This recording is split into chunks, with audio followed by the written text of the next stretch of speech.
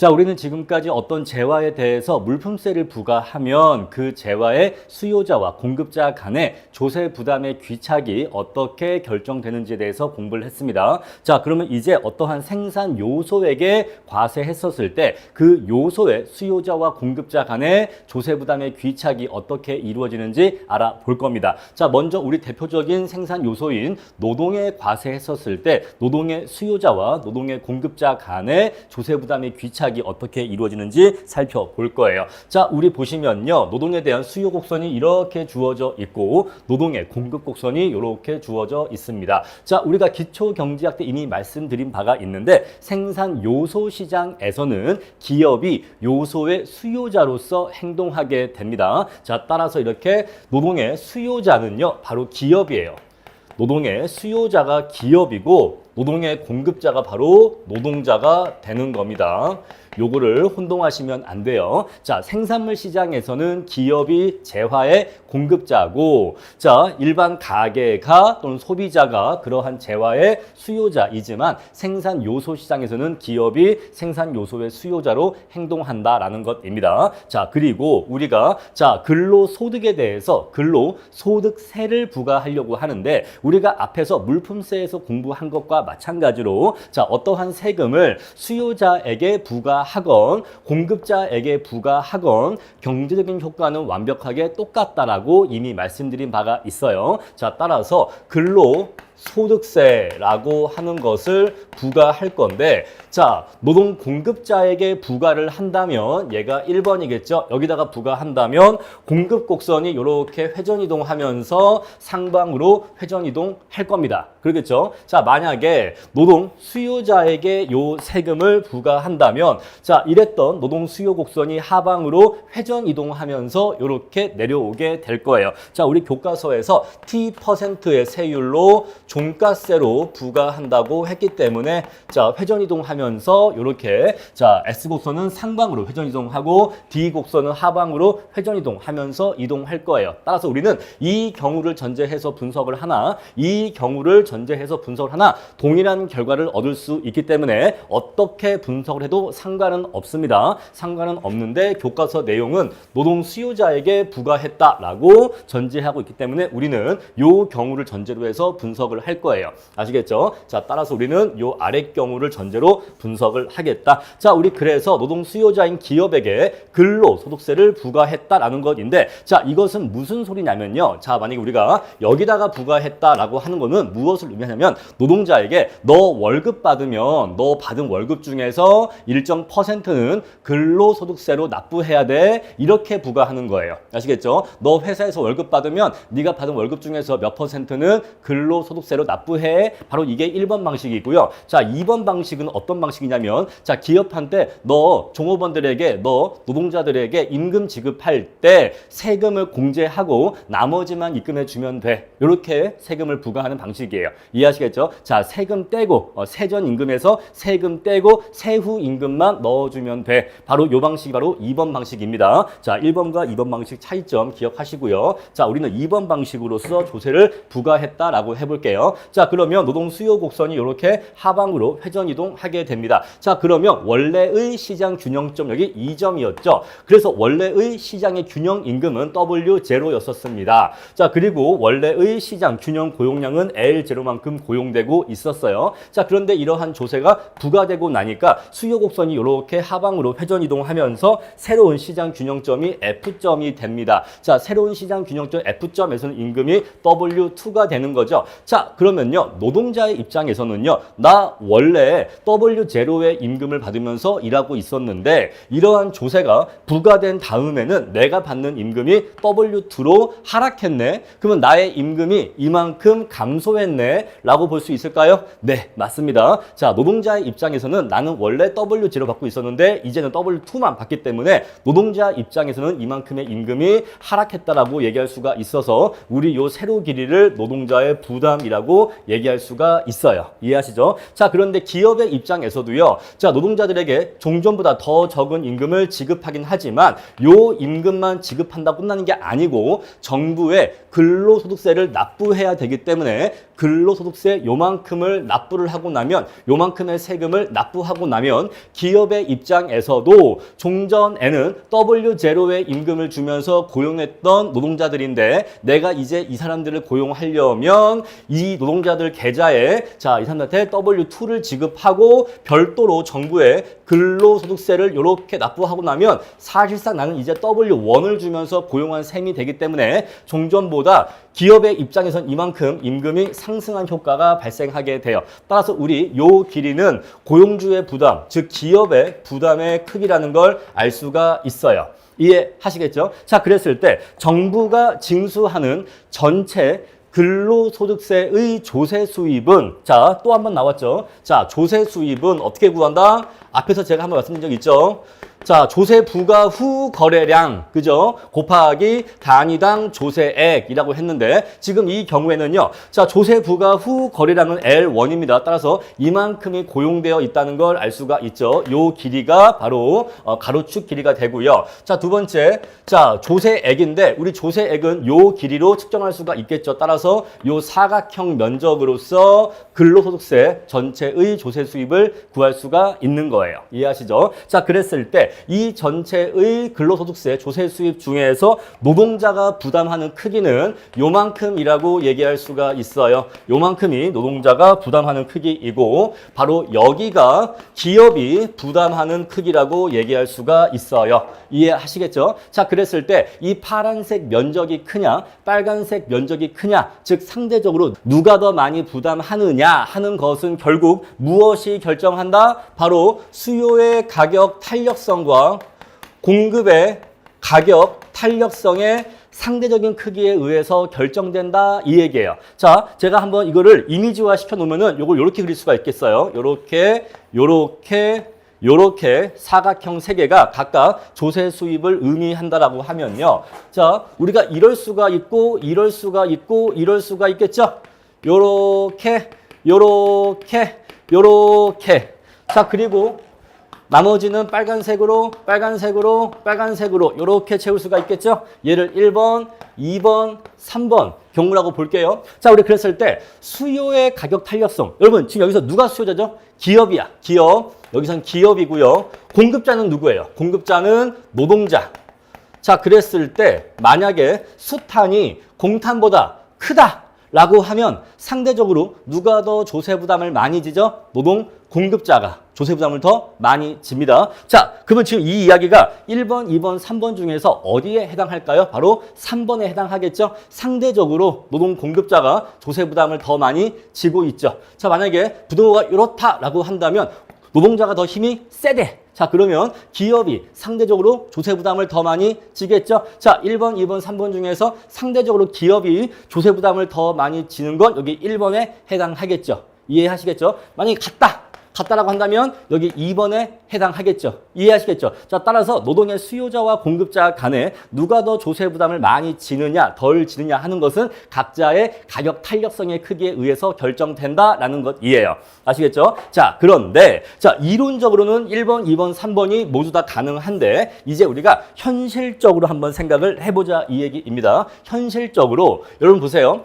기업이라는 존재와 노동자라는 존재가 있어. 자, 이 둘이 어떤 고용 조건이나 임금에 대해서 협상을 한다고 합시다. 그럼 누가 더 힘이 셀까요? 누가 더 강자일까요? 누가 더 갑일까요? 누가 더 협상력이 우월할까요? 당연히 일반적으로 기업이 더 협상력이 강하고 힘이 세요. 그죠? 왜냐하면 일자리를 원하는 구직자들은 많거든요. 현실적인 이야기를 하는 거예요. 자, 따라서 이론적으로는 1번, 2번, 3번이 다 가능합니다만 현실적으로는 기업의 힘이 더 강한 경우가 많아요. 그 말은 현실적으로는 노동 공급자의 부담이 더 큰 경우가 많다 이 얘기예요. 현실적으로는 여기 3번인 경우가 대부분일 것이다 요 얘기입니다. 이해하시겠죠? 자, 우리 그래서 교과서 보시면요. 자, 노동에 대한 과세 보시면은 기업의 노동 수요자에게 종가세로 세금을 부과하며 수요 곡선이 뒤로 이렇게 하방 이동한다. 자, 그래서 노동자의 입장에서는 종전보다 임금이 요만큼 하락하고 기업의 입장에서는 임금이 종전보다 요만큼 상승하기 때문에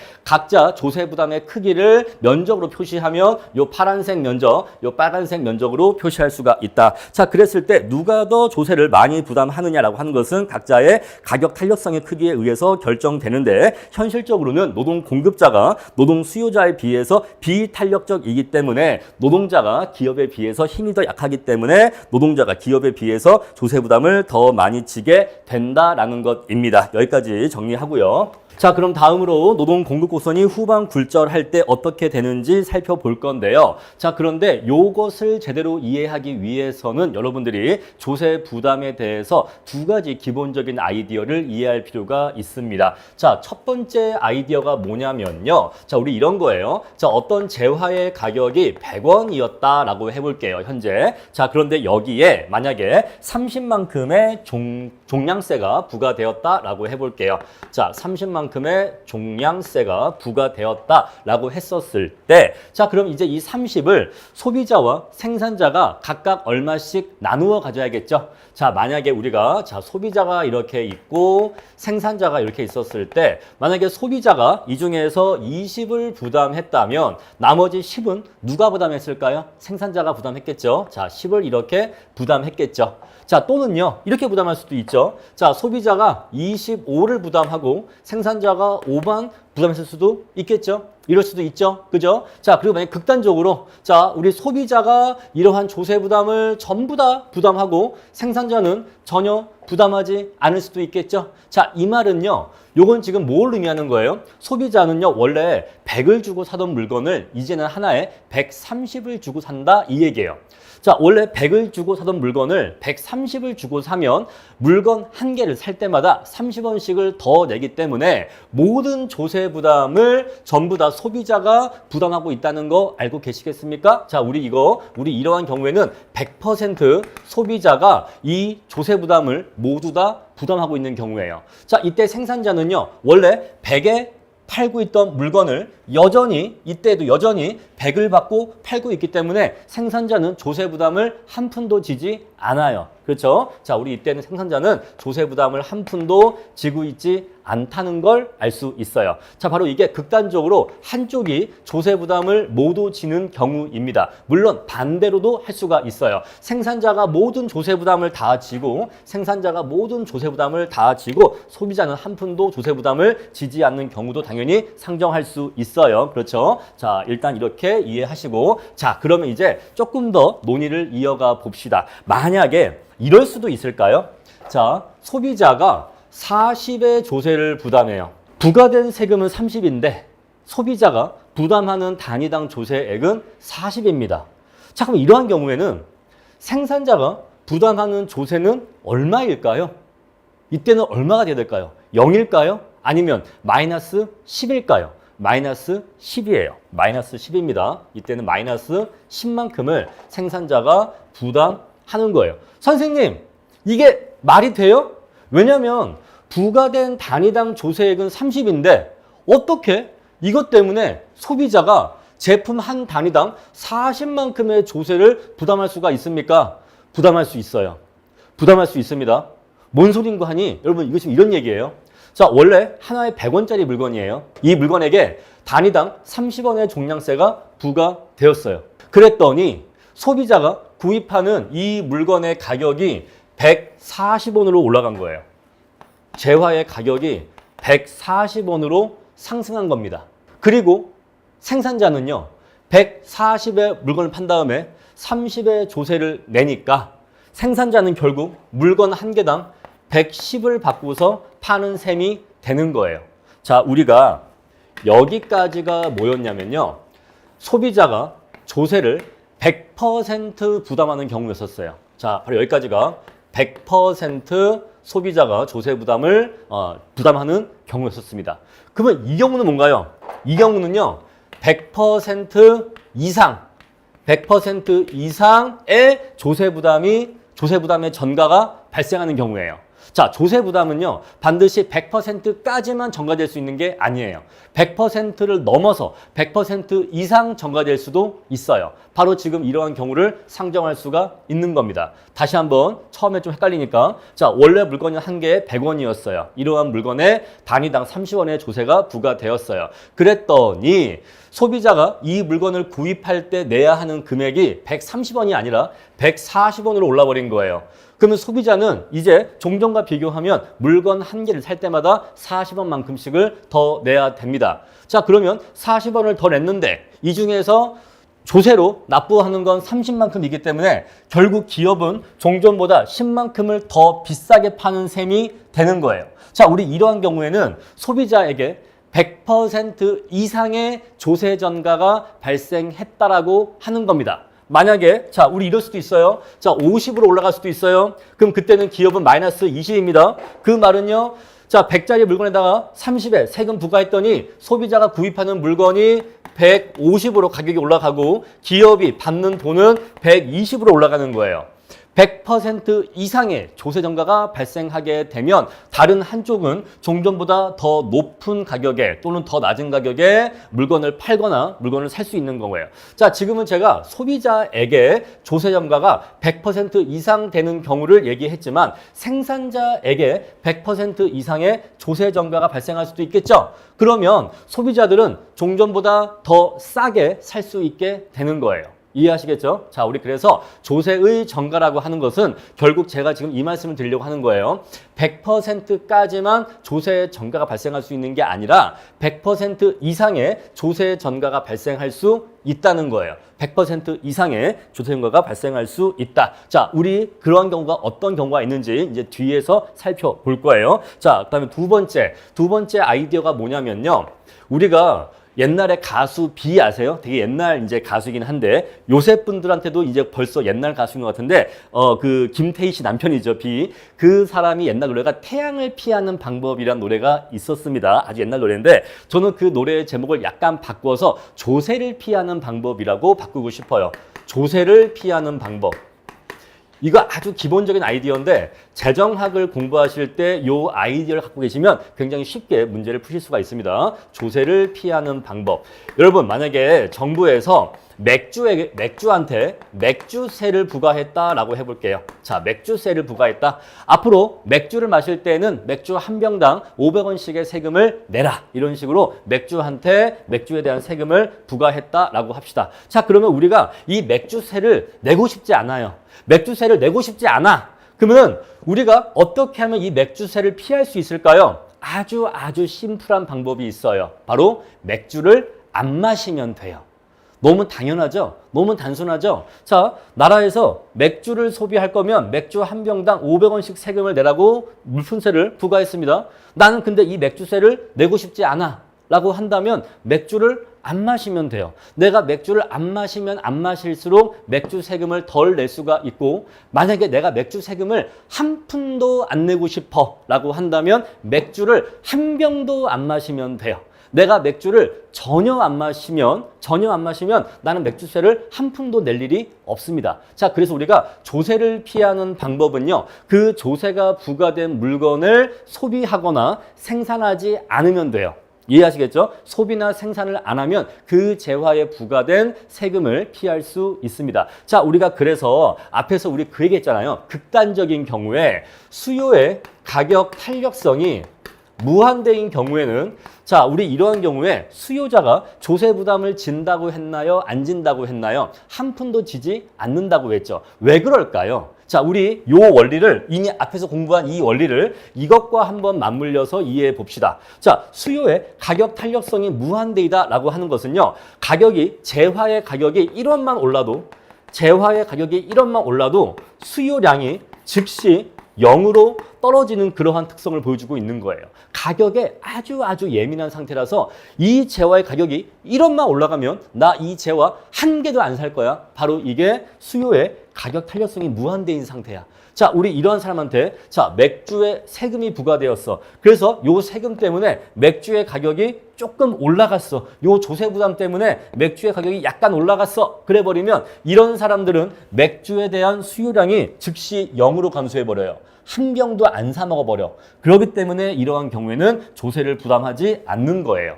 이해하시겠죠? 자, 그래서 우리가 조세가 부과되었을 때 그 조세 부담을 내가 얼마나 지느냐라고 하는 것은 내가 그 재화의 소비량을 많이 줄일 수 있으면 있을수록 조세를 덜 부담하는 거예요. 이해하시겠죠? 자, 두 번째 반대로 얘기하면 어떤 재화에 대해서 조세가 부과되었을 때 내가 그 재화의 소비량을 줄이지 못하면 반대로 나는 그 조세 부담을 많이 져야 되는 겁니다. 제가 저 앞에서 특수 이유식 분유 얘기했었죠. 자, 그 특수 분유의 경우에는 아무리 높은 세금이 붙는다 하더라도 나는 그거의 소비량을 줄일 수가 없어. 수요의 가격 탄력성이 작죠. 그러한 경우에는 내가 그 조세 부담을 많이 부담할 수밖에 없는 거예요. 이해하시겠죠? 자, 우리 그래서 조세를 피하는 방법은 그 조세가 부과된 재화의 생산이나 소비를 줄이면 소비와 관련된 세금 또는 생산과 관련된 세금을 덜 낼 수 있다. 그런데 만약에 반대로 조세를 부과했는데 오히려 맥주에 대한 소비를 늘려. 맥주에 대한 소비가 늘어. 맥주에 대해서 세금을 부과했는데 맥주에 대한 소비량이 오히려 증가한다 라고 한다면 이때는 조세 부담이 굉장히 커질 수밖에 없는 거예요. 그죠? 우리가 조세를 덜 내려면 소비량을 줄여야 되는데 소비량이 줄는 게 아니라 오히려 종전보다 더 소비량이 늘어 라고 한다면 조세 부담은 어마어마하게 커질 수밖에 없는 겁니다. 자, 그래서 제가 두 가지 아이디어 말씀드린 거예요. 첫 번째, 조세 부담의 전가라고 하는 것은 100%까지만 전가가 발생할 수 있는 게 아니라 100% 이상의 전가가 발생할 수 있다는 거예요. 자, 이제 우리는 여기에서부터 100% 이상의 조세 부담의 전가가 발생하는 상황을 공부하게 될 겁니다. 자, 따라서 조세 부담의 전가는 100% 이상 발생할 수 있다는 거예요. 자, 두 번째, 조세를 피하는 방법은 그 조세가 부과된 재화나 생산 요소에 대한 수요와 공급을 줄여야지만 조세 부담을 피할 수 있다. 그래서 자, 탄력성이 크면 클수록 많이 줄일 수 있기 때문에 조세 부담이 작아진다. 우리 앞에서 공부했던 그 원리를 다시 한번 이렇게 의미를 재확인해 본 겁니다. 자, 그러면 우리 요 내용 잠깐 지우고 이제 본격적인 저 내용 들어가도록 할게요. 자, 그럼 이제 우리 교과서 내용 보도록 할게요. 자, 노동 공급 곡선이 이렇게 후방 굴절하는 구간이 있다라고 합니다. 그런데 여러분들 중에서 질문을 가끔 하시는 분들이 있어요. 선생님 이상합니다. 요 부분은 후방 굴절하지 않는데 왜 이러한 노동 공급 곡선을 후방 굴절한다라고 합니까? 자, 후방 굴절하는 구간이 있다는 뜻이지 여기서부터 여기 이렇게 후방 굴절하는 구간이 있다는 뜻이지 처음부터 후방 굴절한다 이 뜻은 아니에요. 아시겠죠? 자, 후방 굴절이라고 하는 것은 처음부터 그렇다 그 뜻이 아니라 임금이 일정 수준 이상 올라가면 그 위에서부터는 후방 굴절하는 구간이 나타난다 그 뜻이에요. 아시겠죠? 따라서 처음부터 후방 굴절하는 것을 의미하지 않는다라는 것입니다. 자, 우리 그렇고요. 자, 근로소득세를 노동 공급자에게 부과할 수도 있고 노동 수요자에게 부과할 수도 있는데 우리 앞에서와 마찬가지로 노동 수요자에게 부과하게 되면은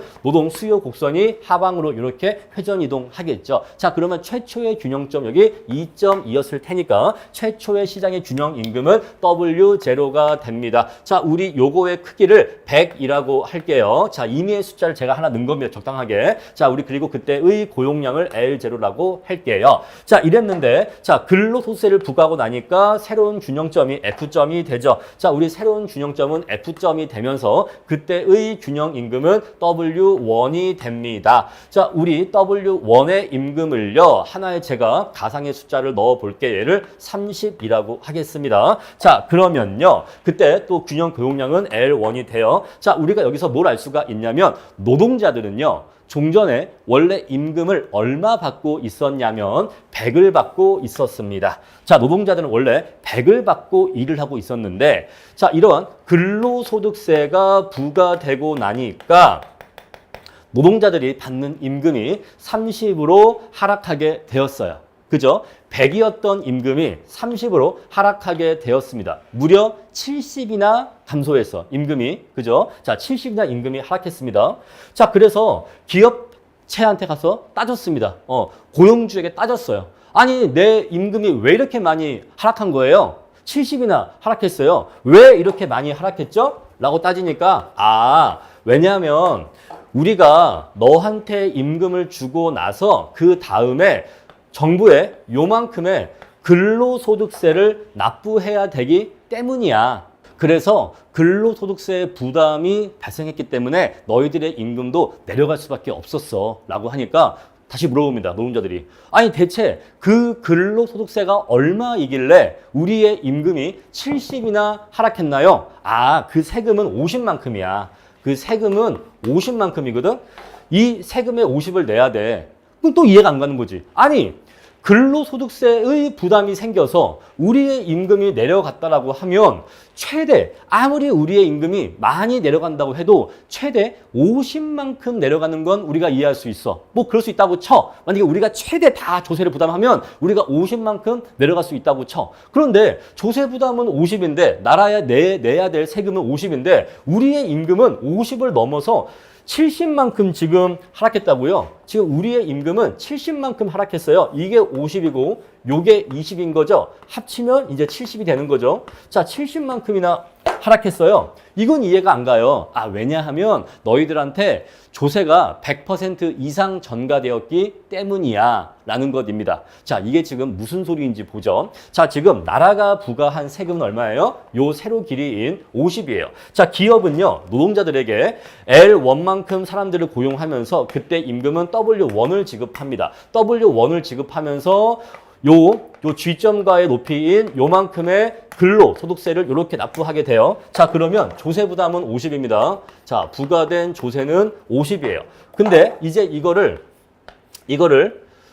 노동 공급자와 노동 수요자가 나눠서 이 조세 부담을 나눠서 져야 되는데 지금 노동 공급자는요 얼마만큼 조세를 부담하고 있냐면 70만큼 조세를 부담하고 있어요. 자, 70만큼을 부담하고 있습니다. 자, 그러면 노동 수요자는요 마이너스 20만큼을 부담하고 있다는 얘기예요. 자, 그래서 부과된 조세액보다 노동 공급자들이 더 큰 금액으로 부담하고 있기 때문에 100% 이상 조세를 부담하고 있다는 것을 알 수가 있어요. 그리고 반대로 기업은 조세를 플러스로 부담하고 있는 게 아니라 마이너스로 조세를 부담하기 때문에 오히려 기업은 혜택을 보고 있어요. 어떠한 혜택을 보고 있냐면 기업은요 종전에 사람을 고용할 때는 100의 임금을 줘서 사람을 고용했었거든요. 근데 이제는 자, 요 F점에서 임금을 지급해요. F점에서 임금을 지급하면서 여기에다가 세금까지 부담하니까 결국 기업이 노동자에게 지급하는 임금의 부담액은 바로 여기 W2의 높이가 돼요. W2의 높이는 80입니다. 왜냐하면 여기가 30인데 요만큼이 50이기 때문에 30에 50을 더해주면 W2의 높이는 80이 되거든요. 자, 따라서 기업은요 종전에 100을 주고서 사람을 고용했는데 이제는 80만 주고도 사람을 고용할 수 있게 된 거예요. 오히려 기업은 20만큼의 이익을 보게 된 겁니다. 지금 이러한 상황이에요. 그래서 노동 공급 곡선이 후방 굴절할 때에는 어떠한 일이 발생한다? 노동 공급자, 즉 노동자에게 100% 이상의 조세 전가가 발생한다라는 거예요. 그래서 100% 이상의 조세 전가가 발생하기 때문에 100%를 넘어선 게 얼마예요? 20이죠. 바로 그 20만큼을 기업이 오히려 이익으로서 누린다 이 얘기예요. 그래서 종전에는 100의 임금을 줘야지만 고용할 수 있었던 사람들을 이제는 80만 주고도 고용할 수 있게 되었다는 거죠. 세후 임금 30에다가 세금 50을 얹어서 80만 주면은 노동자를 고용할 수 있게 되었다는 거예요. 종전보다 20만큼 적게 임금을 주면서도 사람을 고용할 수 있게 되었다는 것입니다. 자, 이러한 일이 왜 발생했느냐? 노동 공급자한테 100% 이상의 조세 전가가 발생했기 때문인데 자, 그러면 왜 100% 이상 이상의 조세 정가가 발생했느냐라는 것인데, 자, 제가 앞에서 말씀드렸던 그 두 번째 원리 있죠. 자, 요건 지금 제가 아까 얘기했던 첫 번째 원리입니다. 조세의 전가라고 하는 것은 100% 이상의 조세 전가가 발생할 수 있다라는 거 말씀드렸고, 이제 두 번째예요. 그럼 왜 100% 이상의 조세 전가가 발생했느냐라는 것인데, 여러분 여기 보세요. 원래 최초의 균형점은 2점입니다. 근데 새로운 균형점은 여기 이제 F점이에요. 이렇게 균형점이 이동했죠. 제가 조세를 피하고 싶으면 어떻게 하라고 했죠? 조세가 부과된 후에 그 재화나 그 생산 요소에 대한 수요나 공급을 줄이라고 했죠. 그거를 줄여야지만 그거에 대한 세금을 피할 수 있다라고 했습니다. 그런데 자, 조세 부과 전에는 L0였던 노동 고용량이 조세 부과 후에는 고용량이 L1으로 늘어요. 이 말은요, 노동 공급이 오히려 증가했다는 얘기예요. 조세를 부과하고 나니까 오히려 노동 공급이 증가했다는 이야기입니다. 사람들이 임금을 여기 W0를 준다고 할 때에는 L1만 일을 하다가 이제 임금이 내려가서 W1의 임금을 준다고 하니까 오히려 일을 하겠다는 사람들이 L1으로 증가했단 말이에요. 자, 이거 지금 특이한 현상이죠. 뭐냐면 임금이 하락하니까 오히려 일하겠다는 사람이 증가했다 이 얘기예요. 근데 후방 굴절하는 구간은 원래 그렇습니다. 후방 굴절하는 구간은요, 여러분 잘 보세요. 임금이 상승하면 어때요? 일하고자 하는 사람이 줄어요. 노동 공급이 줍니다. 그래서 후방 굴절하는 구간은 특이한 구간인데, 임금이 상승하면 오히려 노동 공급이 감소해요. 그래서 임금이 상승할 때 노동 공급이 감소하는 구간이 바로 후방 굴절이야. 그러면 이 이야기를 반대 방향으로 얘기하면 임금이 하락할 때는 오히려 노동 공급이 증가하는 구간이에요. 자, 우리 그래서 여기 후방 굴절하는 구간을 잘 보세요, 여러분. 자, 임금이 상승할 때는요, 노동 공급이 점차 감소해요. 임금이 상승할 때는 오히려 일을 덜 하겠대. 월급을 더 준다고 해도 오히려 일을 덜 하겠대. 바로 얘는 그런 구간이야. 근데 이 이야기를, 똑같은 이야기를 반대 방향으로 하면 임금을 덜 주겠다고 하면 오히려 일을 더 하겠다고 하는 구간이에요. 되게 이상한 구간이죠. 이게 이상한 구간이기 때문에 시험에 잘 나온다, 못 나온다? 잘 나온다. 시험은 이상한 게 잘 나온다. 자, 그래서 여기는 이상한 구간이에요. 이상한 구간. 여기는 일반적인, 또는 여기는 정상적인 구간. 자, 여러분 일반적으로는요, 임금을 많이 준다고 하면은 일을 더 하는 게 일반적입니다. 그렇죠? 그리고 임금을 적게 준다고 하면 일을 덜 하는 게 일반적인 거예요. 누가 회사에서 월급을 더 많이 준대. 그럼 저 일 더 할게요. 라고 하는 게 정상이야. 임금을 조금 준대. 에이, 저 그러면 일 조금만 할래요. 이게 정상이라고. 근데 후방 굴절 구간은 반대야. 여긴 반대야. 임금을 더 준다고 하면 일을 덜 해. 반대로 임금을 깎는다고 하면 일을 더 해. 이해하시겠죠? 자, 그래서 후방 굴절은 이러한 이상한 특성이 있기 때문에, 자, 우리 후방 굴절 구간 내에서 근로소득세가 부과되어서 임금이 W0에서 W1으로 이렇게 임금이 하락하게 되면 오히려 노동 공급이 증가합니다. 오히려 일을 더 하겠대. 노동 공급이 증가해. 자, 조세를 부과했는데 노동 공급량을 오히려 증가시켰어. 라고 하면은 세금을 빡 얻어 맞을 수밖에 없는 거죠. 그죠? 노동 공급을 줄여야지만 세금을 피할 수가 있는 건데, 피하는 게 아니라, 줄이는 게 아니라 오히려 노동 공급을 늘려버리니까 조세 부담을 엄청나게 많이 질 수밖에 없는 거죠. 그래서 후방 굴절하는 구간에서는, 자, 첫 번째 어떠한 특성이 발생한다? 노동 공급자한테 100% 이상의 조세 전가가 발생한다. 그리고 이러한 일이 발생하는 이유는 조세 부과 후에 오히려 노동 공급이 L0에서 L1으로 증가했기 때문이다라는 것입니다. 자, 우리 이렇게 후방 굴절 구간은 아주 특이한 구간이기 때문에 여기에 대해서는 별도로 공부를 하실 필요가 있습니다. 자, 그 다음에 자본에 대한 과세를 보도록 하겠습니다. 자, 자본소득에 대한 과세 또한 자본 수요자와 공급자 사이의 상대적인 가격 탄력성의 크기에 의해서 조세 부담의 크기가 결정이 됩니다. 자, 우리 자본 공급이 고정되어 있는 폐쇄 경제를 가정할 수가 있고, 자본의 이동이 가능하다라고 보는 개방 경제를 가정할 수가 있는데, 먼저 폐쇄 경제를 가정한다면 자본의 공급의 가격 탄력성이 자본 공급이 고정되어 있다 보니까, 자, 우리 이것은 이렇게 의미하는 거예요. 얘기예요. 자본의 공급 곡선이 이렇게 수직선이다라는 것을 의미하는 겁니다. 자, 자본의 공급이 고정되어 있다는 게 바로 이러한 의미예요. 자, 이러한 경우에는 공급의 가격 탄력성이 0이거나 0에 매우 가깝기 때문에 전적으로 자본의 공급자에게 귀착된다라는 것입니다. 단순하죠? 요거 이해하시겠죠? 자, 자본의 공급이 고정되어 있다면 자본의 공급 곡선의 수직선이고 공급의 가격 탄력성이 0이라면 그때에는 전적으로 자본의 공급자한테 조세 부담이 모두 100% 귀착되고요. 만약에 자본 공급이 완전 탄력적인 개방 경제, 자, 자본이 전 세계 여기든 저기든 미국이든 호주든 유럽이든 수익률이 조금이라도 더 높은 곳을 찾아서 자유롭게 이동할 수 있다면 그때에는 자본의 공급 곡선이 이렇게 수평선이 될 것입니다. 자, 이렇게 수평선인 경우에는 자본의 공급 가격 탄력성이 무한대이기 때문에 이때는 모든 조세 부담을 자본의 수요자에게 귀착이 될 거라는 것이죠. 단순하죠. 자본의 공급이 고정되어 있으면 모두 다 자본의 공급자가 조세 부담을 귀착받게 되고 자본의 이동이 자유로우면 이러한 경우에는 자본의 수요자에게 모든 조세 부담이 다 귀착된다라는 것입니다. 자, 현실적으로는 자본은 노동보다 이동이 자유롭다 이 얘기예요. 자, 이게 뭔 소리냐? 우리가 한국 사람이 한국 내에서 일자리를 구하는 거는 쉽죠. 그런데 미국으로 넘어가서 미국에서 일자리를 구하는 건 단순한 문제가 아니에요. 굉장히 복잡한 문제입니다. 뭐 비자도 받아야 되고 여러 가지 뭐 행정적인 서류가 필요하게 되겠죠. 그런데 자본은요, 우리가 미국 주식에 투자하고 싶다? 그냥 돈 입금하면 슝 끝이에요. 우리 미국으로 이민 가겠다, 미국에 취업하겠다라고 하면은 이거는 뭐 몇 달, 몇 년이 걸릴 수가 있는데 쉽지 않은데 자본은요 그냥 하루 만에 우리가 미국 자산을 투자하거나 구입할 수 있단 말입니다. 그래서 자본의 이동은 상대적으로 쉬워요. 그래서 노동에 비해서 상대적으로 자본 공급의 탄력성이 크다라는 뜻이에요.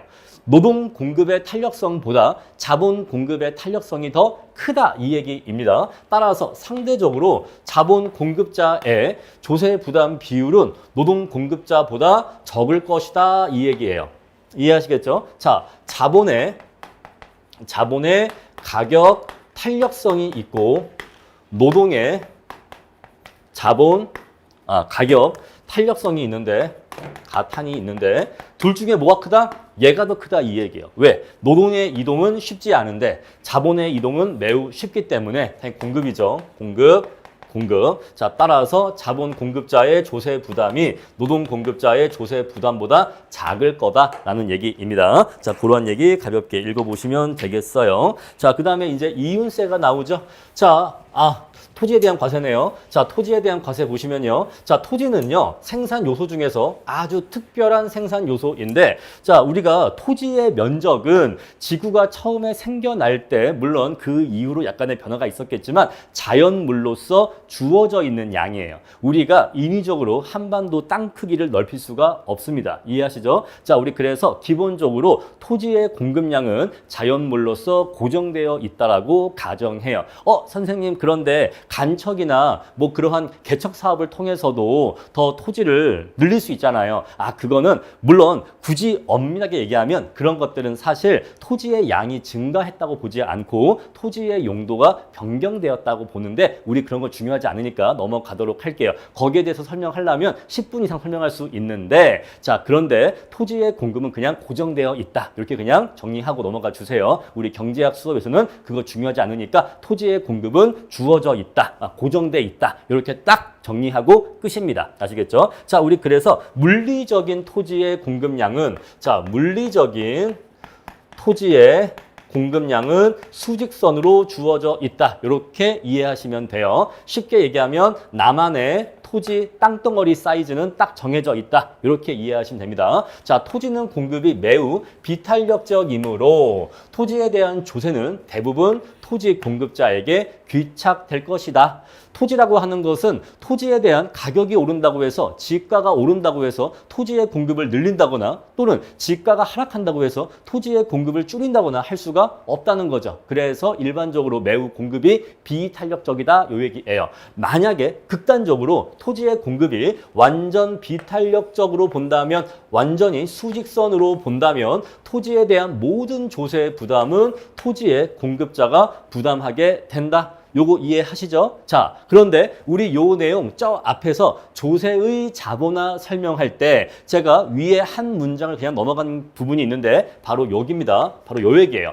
토지의 공급은 완전 비탄력적이기 때문에 토지에 대해서 어떠한 조세 부담이 이루어지게 되면 조세 부과가 이루어지게 되면 모든 조세 부담은 토지의 공급자, 다른 말로 토지의 소유자가 그 조세 부담을 100% 부담하게 됩니다. 이해하시겠죠? 100% 토지의 공급자 내지는 토지의 소유자가 그 조세 부담을 부담하게 돼요. 자, 이때 조세 부담의 현가한 만큼 토지 가치가 즉시 하락하는데 이것을 조세의 자본화라고 합니다. 자, 조세의 자본화가 무엇인지 이미 설명을 드렸고 어떠한 토지를 갖고 있음으로 인해서 장래에 내가 부담해야 되는 영구적인 조세 부담의 현가 합을 구한 건데 제가 앞선 강의에서 여기다가 자막을 추가했죠. 뭐라고 추가했냐면 일시불이라는 표현으로 제가 자막을 표현했어요. 자, 원래는 토지에 대한 조세는 이렇게 매년 얼마씩 조세가 부과될 것인데 만약에 이것들을 내가 그냥 지금 한 번에 일시불로 내고 만다면 얼마가 되겠느냐라는 개념으로 이해하시면 돼요. 바로 그게 조세의 자본하고 공식은 R분의 A다. 바로 요 A는 매년의 조세액을 얘기하고 요 R은 할인율 또는 이자율을 얘기합니다. 따라서 자, 매년의 조세 부담을 이자율이나 할인율로 나누어주게 되면 이 미래 조세 부담의 일시불 현가 합을 구할 수가 있어요. 아시겠죠? 자, 이렇게 해서 토지에 대한 과세 말씀드리고요. 자, 결국 결론은 이거예요. 토지는 공급이 매우 비탄력적이기 때문에 토지에 대한 조세는 대부분 토지 공급자에게 귀착된다라는 내용입니다. 자, 다음에 경제적 이윤세를 볼게요. 자, 우리가 회계적 이윤이 있고 경제적 이윤이 있다는 거 기초 경제학 때 말씀을 드렸습니다. 자, 우리 회계적 이윤은요. 자, 총수입에서 회계적 비용만을 차감하고 남은 게 회계적 이윤이에요. 근데 우리 경제학이 말하는 이윤이라고 하는 것은요. 총수입에서 경제적 비용을 차감하고 남은 것이 경제적 이윤입니다. 그래서 자, 요 이윤과 요 이윤은요. 앞에서 총수입에서 비용을 뺀다는 건 똑같아. 그러면 앞부분은 똑같은 거죠. 앞부분은 그냥 똑같이 P 곱하기 Q인 겁니다. 얼마짜리 물건을 몇 개 팔았니? 얼마짜리 물건을 몇 개 팔았니? 요건 똑같아요. 요건 똑같은데 다만 뭐가 다르다? 비용의 개념이 다르다. 회계적인 비용은 명시적 비용만을 비용으로 보지만 우리 경제학에서는 명시적 비용뿐만 아니라 암묵적 비용도 비용으로 본다라고 했죠. 따라서 우리는 암묵적인 비용까지 비용으로 봅니다. 자, 암묵적인 비용까지 비용으로 고려해서 구한 이윤이 바로 우리가 얘기하는 경제적 이윤이에요.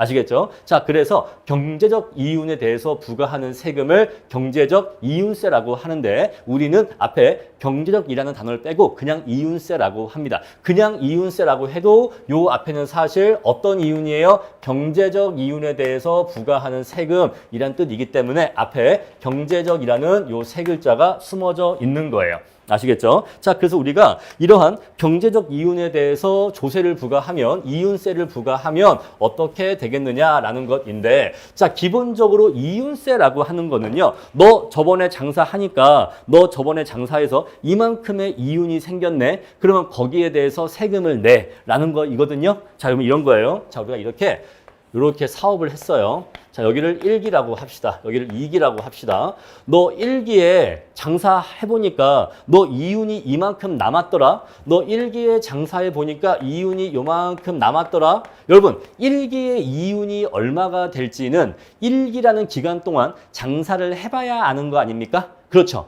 여러분 보세요. 어떠한 식당이 있어. 그 식당이 너 오늘 매상 얼마야? 너 오늘 매출 얼마야?를 물어봅니다. 그러면은 그 식당의 오늘 매출이 얼마인지는 오늘 식당 영업 종료하고 샷다를 내려봐야 아는 거 아닙니까? 그죠? 영업을 종료해야 알 수 있는 거잖아요. 영업을 종료하기 전까지는 손님이 더 올지도 모르는 거지 않습니까? 그래서 너 오늘 매상이 얼마야를 알고 싶으면 오늘 영업을 종료해봐야 알 수 있는 거예요. 너 저번 달 매출이 얼마야? 알고 싶으면 저번 달이 끝나야 알 수 있는 겁니다. 그죠? 장사를 하고 있는데 아니 우리 예를 들어서 8월 20일이야. 8월 20일인데 너 8월 달 매출이 얼마야? 라고 물어보면 알 수 있어요? 모르죠. 왜? 아직 한 10여일이 남았잖아요. 아직 8월 달이 안 끝났잖아요. 8월 달이 안 끝났는데 너 8월 달 이번 달 매출이 얼마야? 라고 물어보면 답할 수가 없어요. 그랬을 때 8월 달 매출이 얼마인지 답을 할 수 있으려면 8월이 종료가 돼야 돼. 8월이 종료가 돼서 9월이 시작되어야지만 8월 달이 종료가 되어야지만 8월 달 이제 끝났으니까 내가 8월 달 동안에 매출이 얼마인지 또는 8월 달 동안에 이윤이 얼마인지를 그제서야 구할 수가 있는 거죠. 그래서 우리가 이윤세라고 하는 거는 전기의 이윤이 얼마가 될지는 영업활동이 종료돼 봐야 알 수 있는 거예요. 이해하시겠죠? 자, 우리 그래서 1기에 발생한 이윤의 크기에 대해서 세금을 부과할 건데 세금을 부과하려면 이윤이 얼마인지를 알아야 돼. 근데 이윤이 얼마인지를 알려면 영업이 종료돼야 돼. 1기의 영업이 종료돼야지만 1기의 이윤이 얼마인지를 알 수가 있어. 그래서 1기가 종료가 된 다음에 너 1기 장사하는 동안 요만큼의 이윤이 생겼네. 그러면 거기에 대해서 몇 퍼센트의 이윤세를 내? 라고 조세를 부과했습니다. 그렇겠죠? 자, 그랬을 때 그러면은 이러한 조세 부과로 인해서 요 기업의 의사결정이 바뀌게 됩니까?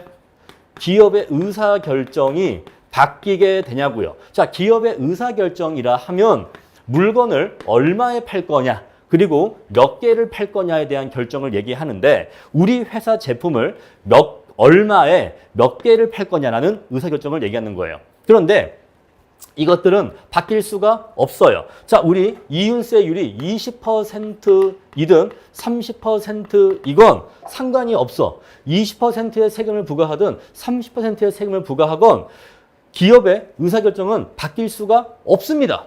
왜 바뀔 수가 없냐면 이미 1기의 영업활동은 이미 종료했거든요.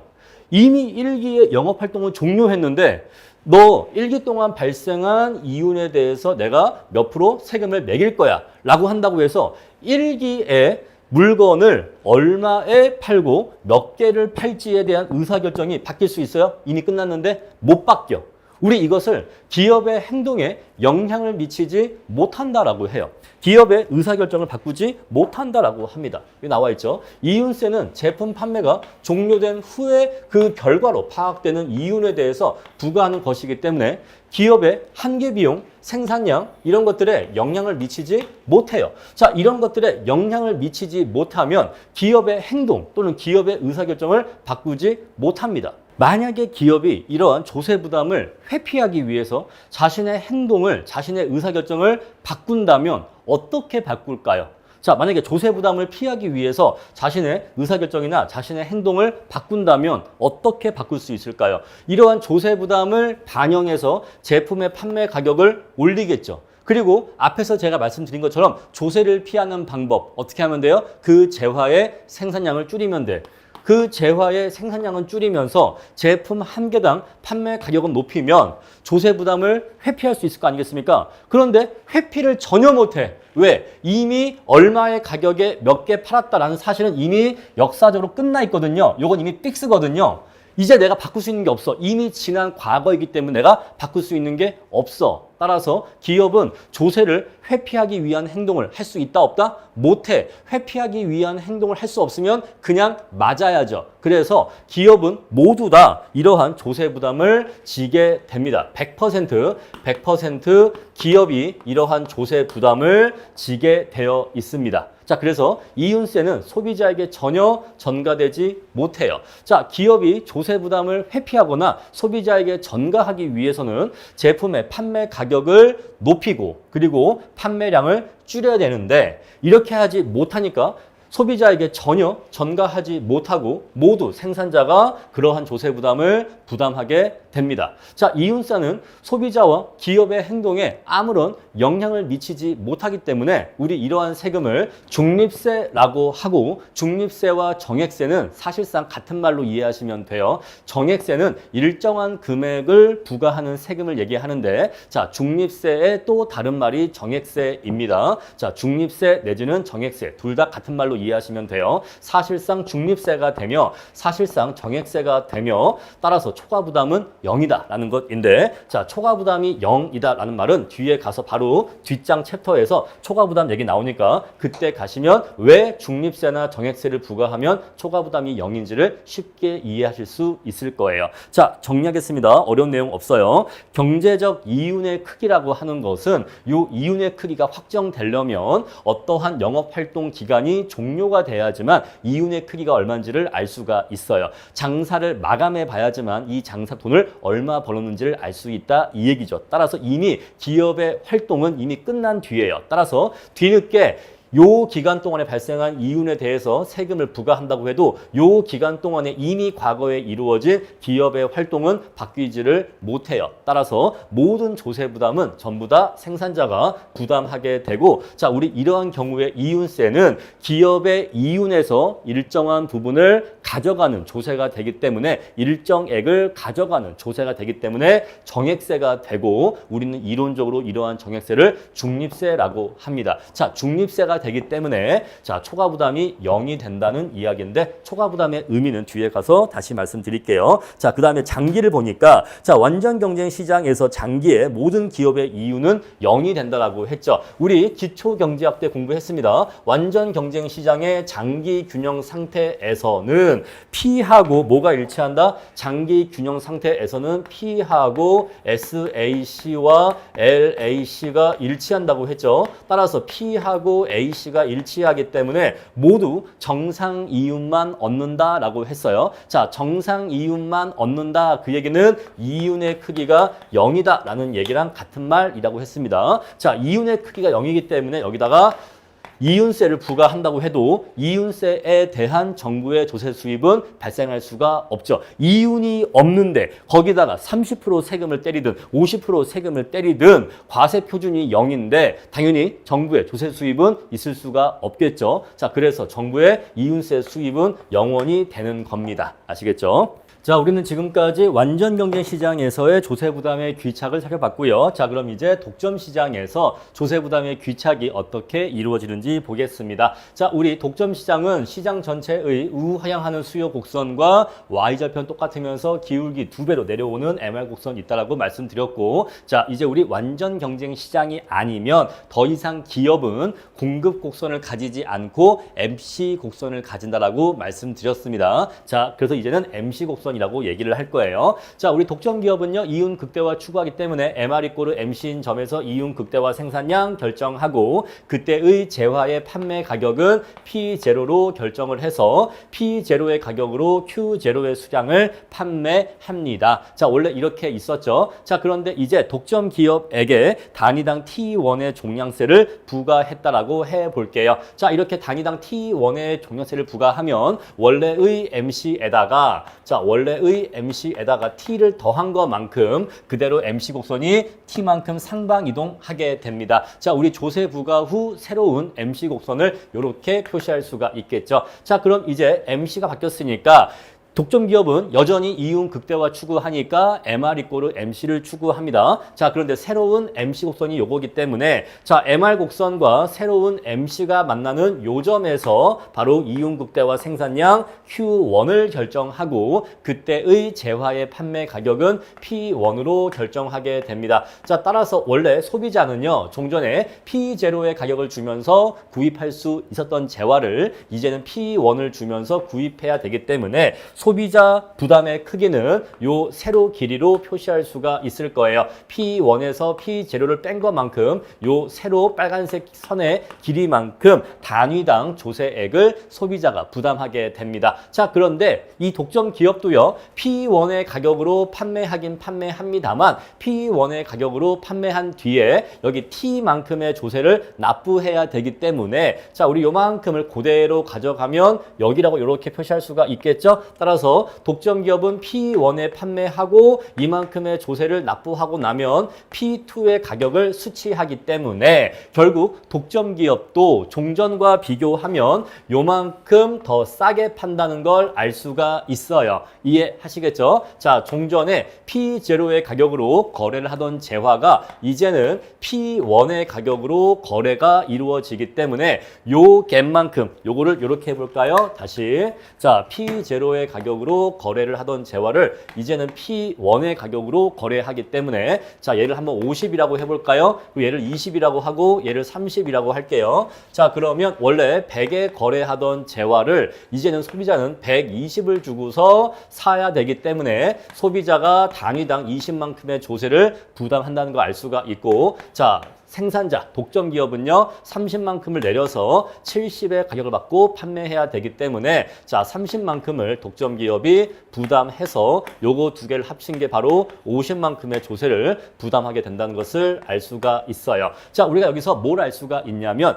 아무리 독점 기업이라고 해도 소비자한테 또는 수요자한테 100%의 조세 부담의 전가를 시키지 못한다는 거예요. 자, 독점 기업이라고 해도 자 부과된 조세액 중에서 일부는 소비자에게 전가할 수 있지만 일부만 소비자에게 전가할 수 있기 때문에 나머지 부분에 대해서는 독점 기업도 어느 정도 조세 부담을 지게 됩니다. 아시겠죠? 자, 이랬을 때 수요자와 공급자 간에 누가 더 상대적으로 조세 부담을 많이 부담하느냐라고 하는 것은 수요의 가격 탄력성의 크기하고 MC 곡선의 기울기의 상대적인 크기에 의해서 결정됩니다. 자, 우리가 공급 곡선이 있었을 때에는 공급의 가격 탄력성이라는 개념을 사용하지만 이제는 우리가 공급 곡선이 아니라 MC 곡선이기 때문에 공급의 가격 탄력성이라는 개념을 사용하지 못하고 MC 곡선의 기울기라는 개념을 사용할 거예요. 자, 우리가 앞에서 공부한 것처럼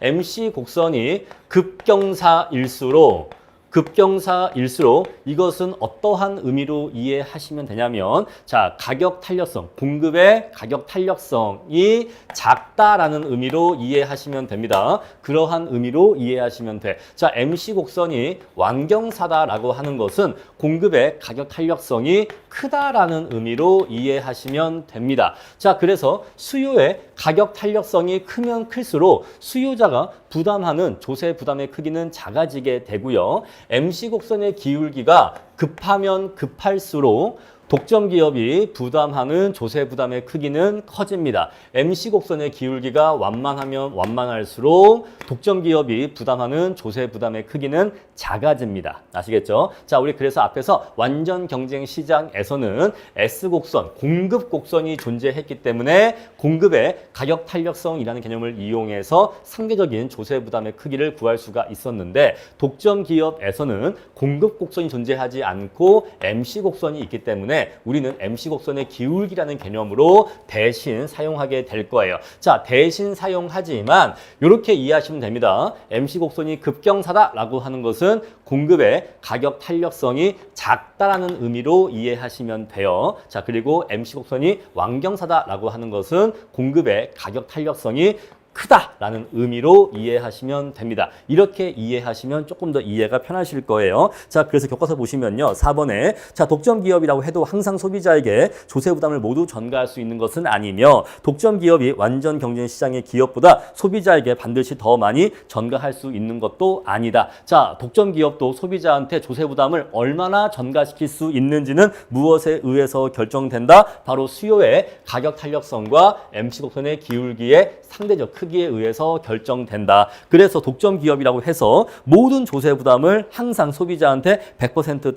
전가시킬 수 있는 것도 아니고 완전 경쟁 시장의 기업보다 소비자한테 더 많이 전가시킬 수 있다라고 보장할 수도 없다 이 얘기예요. 자, 이러한 크기에 의해서 결정될 것이다 라는 것입니다. 자, 이렇게 해서 우리 293페이지 내용까지 말씀드렸고 다음 페이지 넘겨보시면요. 294페이지 있습니다. 자, 이제는 조금 더 특수한 내용인데 수요 곡선 곡선이 우하향하는 직선이고 한계 비용이 일정할 때, 자, 한계 비용이 일정하다 이 말은 한계 비용 곡선이 수평선이다라는 뜻이에요. 자, 한계 비용 곡선이 이렇게 수평선일 때, 그랬을 때, 자, 우리 조세 부담의 귀착이 어떻게 되는지 볼 겁니다. 자, 우리 이러한 상황에서, 자, 정부가 생산자에게, 독점 기업에게 단위당 T1의 종량세를 부과했다라고 해봅시다. 자, 그러면 MC 곡선이 T1만큼 상방 이동할 겁니다. 요거 단순하죠. 자, 독점 기업에게 단위당 T1의 종량세 부과하면 MC 곡선은 MC 플러스 T만큼 상방으로 이동하게 될 거예요. 자, 그러면 종전에 이윤 극대화 생산량이 Q0였는데 조세 부과 후에 새로운 규정점이 여기니까 조세 부과 후에 새로운 이윤 극대화 생산량은 여기 밑에인 Q1이 새로운 이윤 극대화 생산량이 될 것입니다. 자, 우리 그랬을 때 원래 종전에는 재화의 판매 가격이 P0였는데 이제 조세 부과 후에는 재화의 판매 가격이 P1으로 판매하게 될 거예요. 여기까지 다 이해하시겠죠? 자, 우리 그래서 어떠한 상황인고 하니, 자, 재화의 판매 가격이 종전보다 델타 P만큼 상승했다는 걸 알 수가 있어요. 그리고 자, 재화의 생산량은 델타 Q만큼 감소한 상황이란 걸 알 수가 있습니다. 자, 우리 그랬을 때 여기서 한 가지 아주 단순한 법칙을 발견할 수가 있어요. 자, 뭐냐면요. 이 가격 상승폭은요, 부과된 단위당 조세액의 딱 절반입니다. 딱 절반만큼만 상승하게 돼요. 우리 그래서 이거를 이렇게 표현할 수가 있어요. 자, 이게 무슨 소리냐 하면요. 만약에 단위당 조세액을 40을 부과했다라고 해볼게요. 너 물건 한 개 팔 때마다 한 개당 40씩의 조세를 내라고 했다 이 얘기예요. 자, 그러면 재화의 판매 가격은 종전보다 얼마가 올라간다? 딱 20만큼이 상승한다 이 얘기예요. 만약에 종전 얘가 100이었다라고 한다면 120으로 딱 20만큼 부과된 조세액에 딱 이 부과된 조세액의 딱 절반만큼만 가격이 상승한다 이 얘기예요. 반드시 그렇게 돼요. 언제? 바로 수요 곡선이 우하향하는 직선이고 한계 비용이 일정할 때, 자, 수요 곡선이 우하향하는 직선이고 한계 비용이 일정할 때는 반드시 이렇게 됩니다. 자, 그러면 이제 우리가 공식으로서 암기하면 되는데 왜 이렇게 되는지 원리를 알면 조금 더 암기가 편하겠죠. 자, 왜 그런 것인지 원리를 설명드릴게요. 자, 이렇게 되는 핵심적인 비결이 뭐냐면 바로 MR 곡선에 달려 있는데, 여러분 보세요. MR 곡선은 수요 곡선과 비교하면 어떠한 특성이 있다고 했죠? Y절편 동일하면서 기울기가 2배예요. 기울기가 2배입니다. 바로 이게 가장 중요한 포인트야. 기울기가 2배야. 기울기가 2배. 뭔 소린고 하니 우리가 지금 시장의 균형점이 여기에서 여기로 이렇게 이동했잖아요. 자, 우리 MR 곡선을 따라서 얼마나 올라갔죠? 이렇게 단위당 T만큼 올라갔잖아요. 그러면요, 그때 수요 곡선은 MR 곡선이 올라간 거에 딱 절반만큼만 올라갑니다.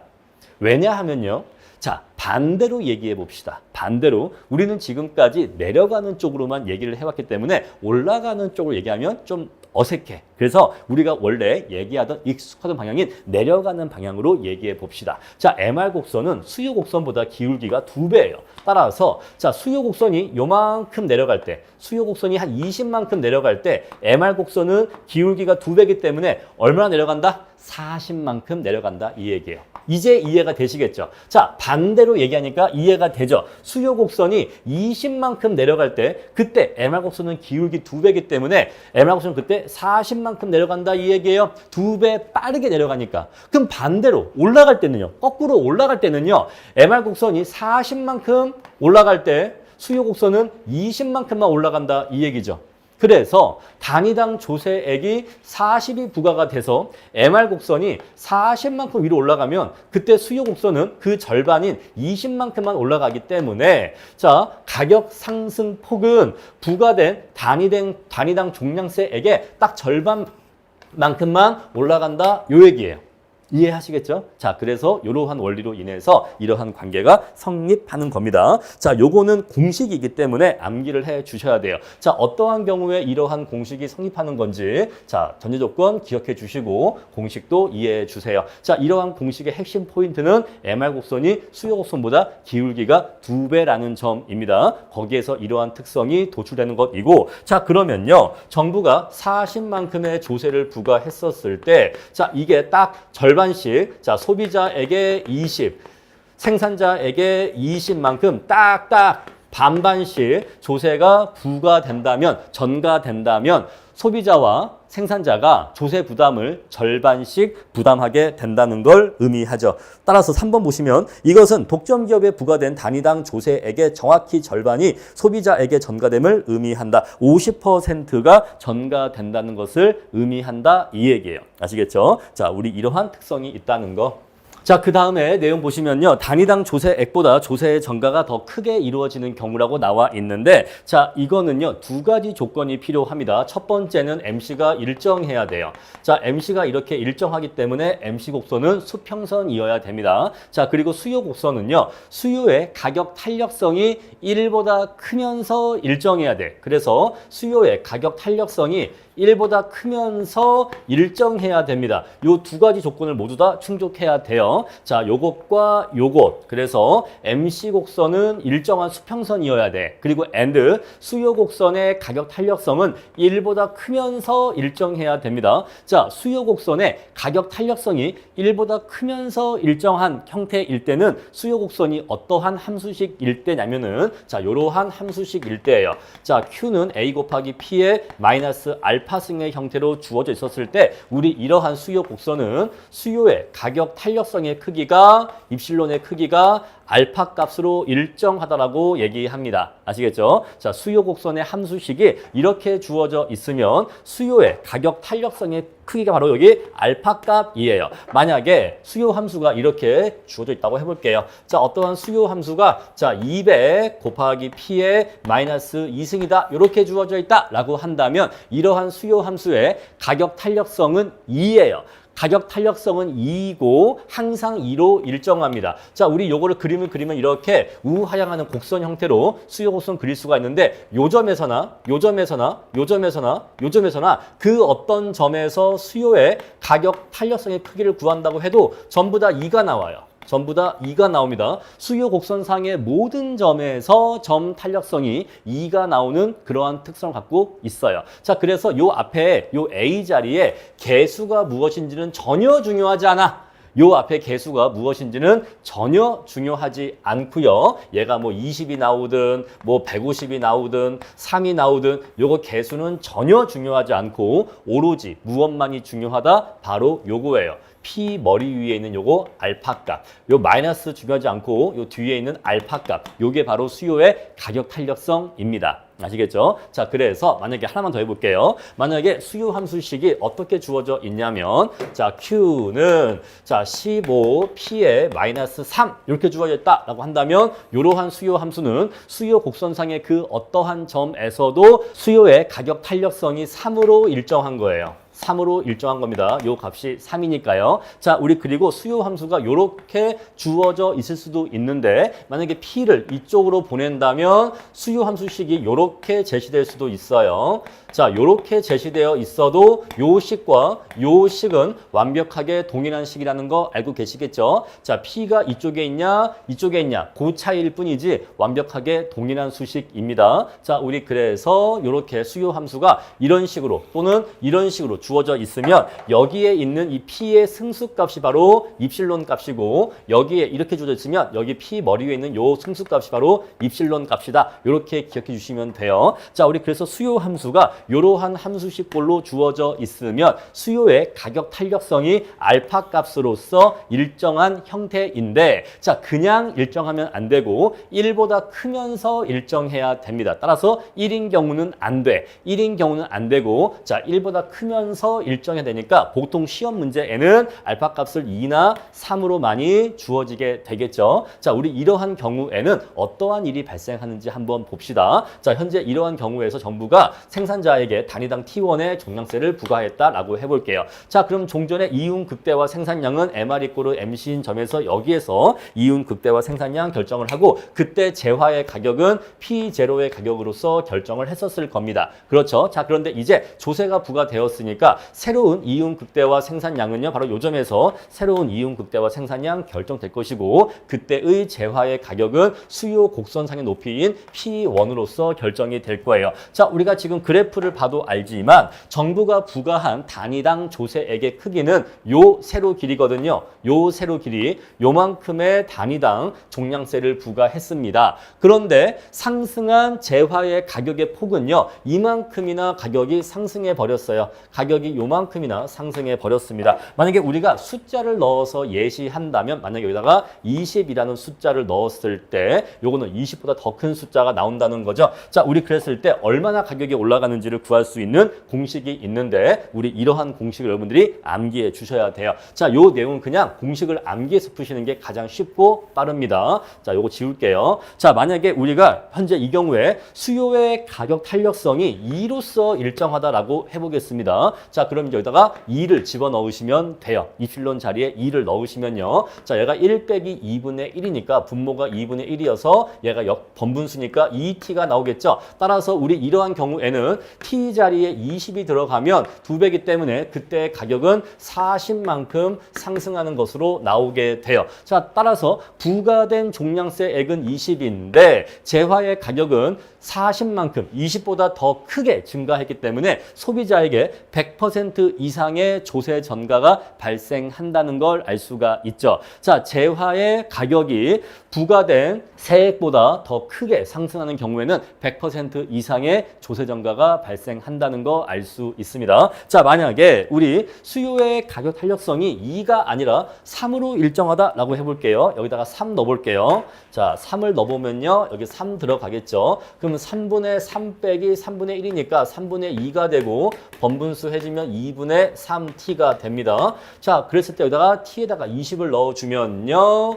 약분되니까 30이 돼요. 따라서 이 경우에는 이 자리에 가격이 30만큼 상승하게 됩니다. 자, 그런다고 해도 부과된 종량세액보다 재화의 가격이 더 큰 폭으로 상승하기 때문에 100% 이상의 조세 전가가 발생한다는 걸 알 수가 있죠. 여러분, 우리 소비자한테 조세 전가가 얼마나 이루어지느냐라고 하는 것은 원래 재화의 가격이 있겠죠. 원래 재화의 가격이 있고 조세 부과 후에 상승한 가격이 있을 거예요. 조세 부과 후에 상승한 가격이 있겠죠. 바로 요 폭이 소비자에게 전가되는 조세 부담의 크기를 의미합니다.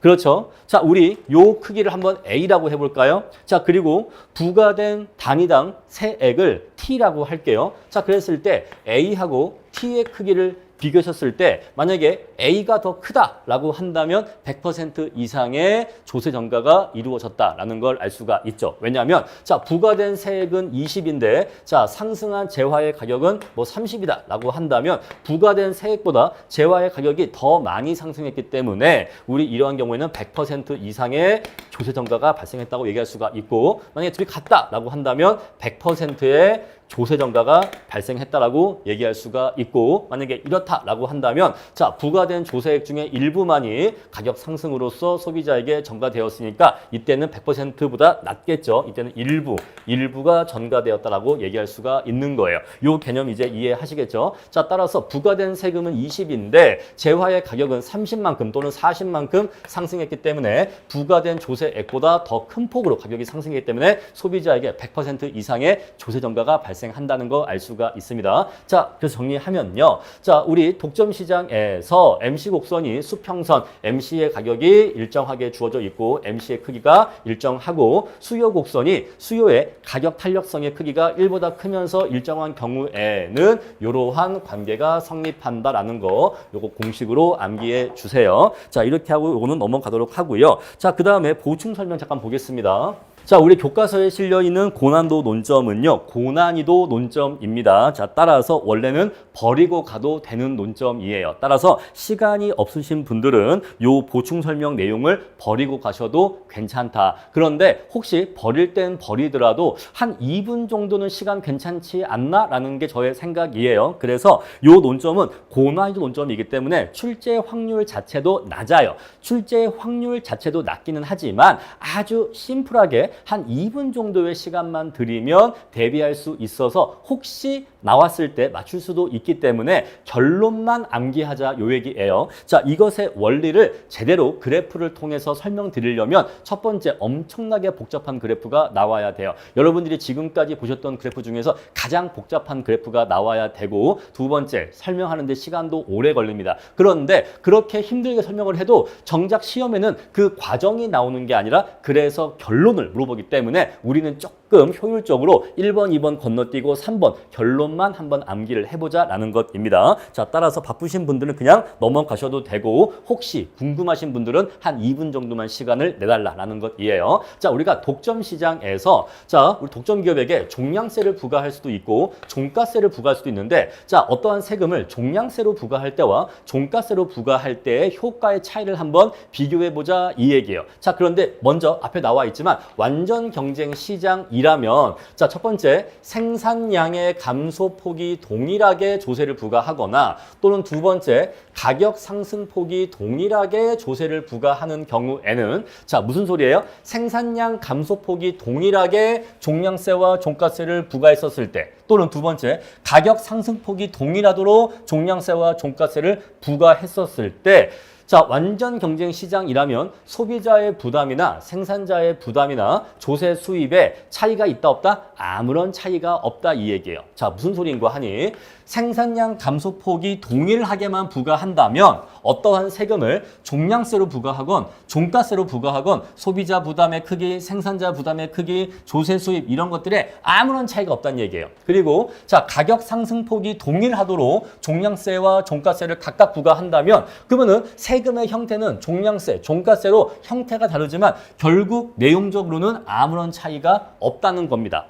언제에서는요? 완전 경쟁 시장에서는. 따라서 우리가 혹시 문제에서 만났을 때 완전 경쟁 시장에서는 종량세로 부과하건 종가세로 부과하건 이렇게만 조세를 부과하면 아무런 차이가 없대. 이렇게 외우시면 됩니다. 자, 그런데 독점 시장은 차이가 있어요. 독점 시장은 차이가 있는데 자, 독점 시장은 생산량 감소폭이 동일하게 또는 가격 상승폭이 동일하게 종량세를 부과할 때와 종가세를 부과할 때 소비자의 부담은 종량세로 부과할 때와 종가세로 부과할 때 아무런 차이가 없어. 여기까지는 똑같아요. 그런데 생산자 부담이 달라집니다. 자, 생산자 부담은요. 종량세로 부과할 때보다 종가세로 부과할 때가 더 생산자의 부담이 커져요. 자, 요거 외웁시다. 독점 시장에서는 이러이러하게 종량세와 종가세를 각각 부과했었을 때 종가세로 부과할 때가 생산자의 부담이 더 크다 이 얘기예요.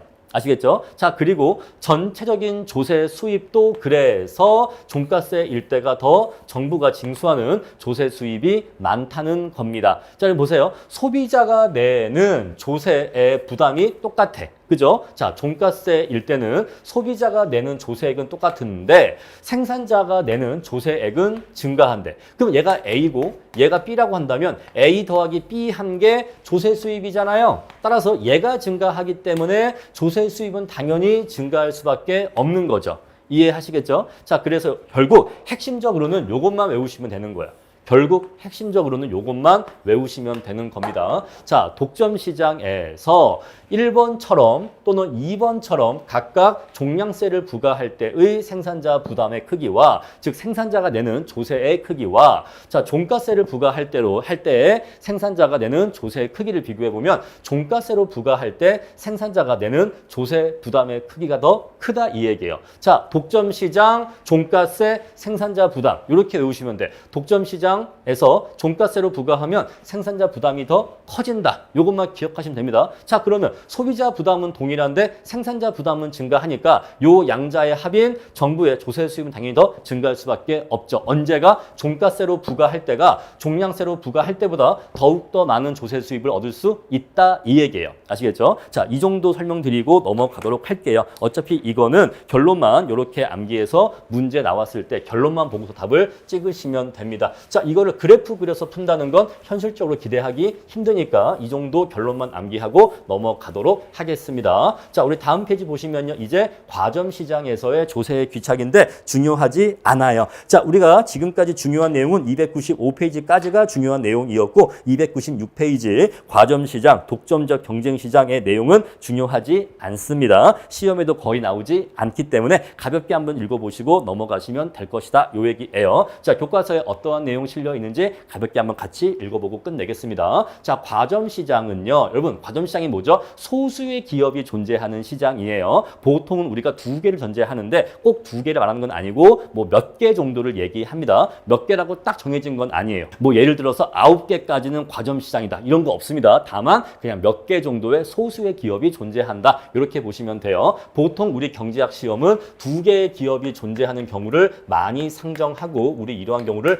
복점 시장이라고 해요. 자, 과점 시장은 완전 경쟁 시장이나 독점 시장과 달리 특정한 시장 모형이 제시되어 있지 않아서 일반적인 이론도 없다. 그렇습니다. 자, 과점 시장은 기업이 몇 개 있는지도 정해져 있지 않기 때문에 일반적인 이론이 정립될 수가 없어요. 그래서 일반적인 이론이 없기 때문에 대표적인 몇 가지 이론을 살펴보도록 하겠다라는 것이에요. 자, 한 가지 이론으로 과점 시장을 모두 다 설명할 수 없다. 이 정도로 이해하시면 되겠습니다. 자, 비용 할증 가격 설정 모형이라는 건데 영어로 마크업 프라이싱이라고 합니다. 자, 이거는요. 기업이 재화의 가격을 어떻게 설정하느냐, 기업의 가격 설정 원리를 설명하는 이론인데, 자, 기업들은요, 우리가 지금 이론적으로는 MR 이꼬르 MC, MR 이꼬르 MC인 점에서 자신의 이윤 극대화 판매 가격을 결정한다. 이렇게 우리가 공부했잖아요. 그런데 현실적으로는 기업들이 자신의 MC를 알 수 없는 경우가 많습니다.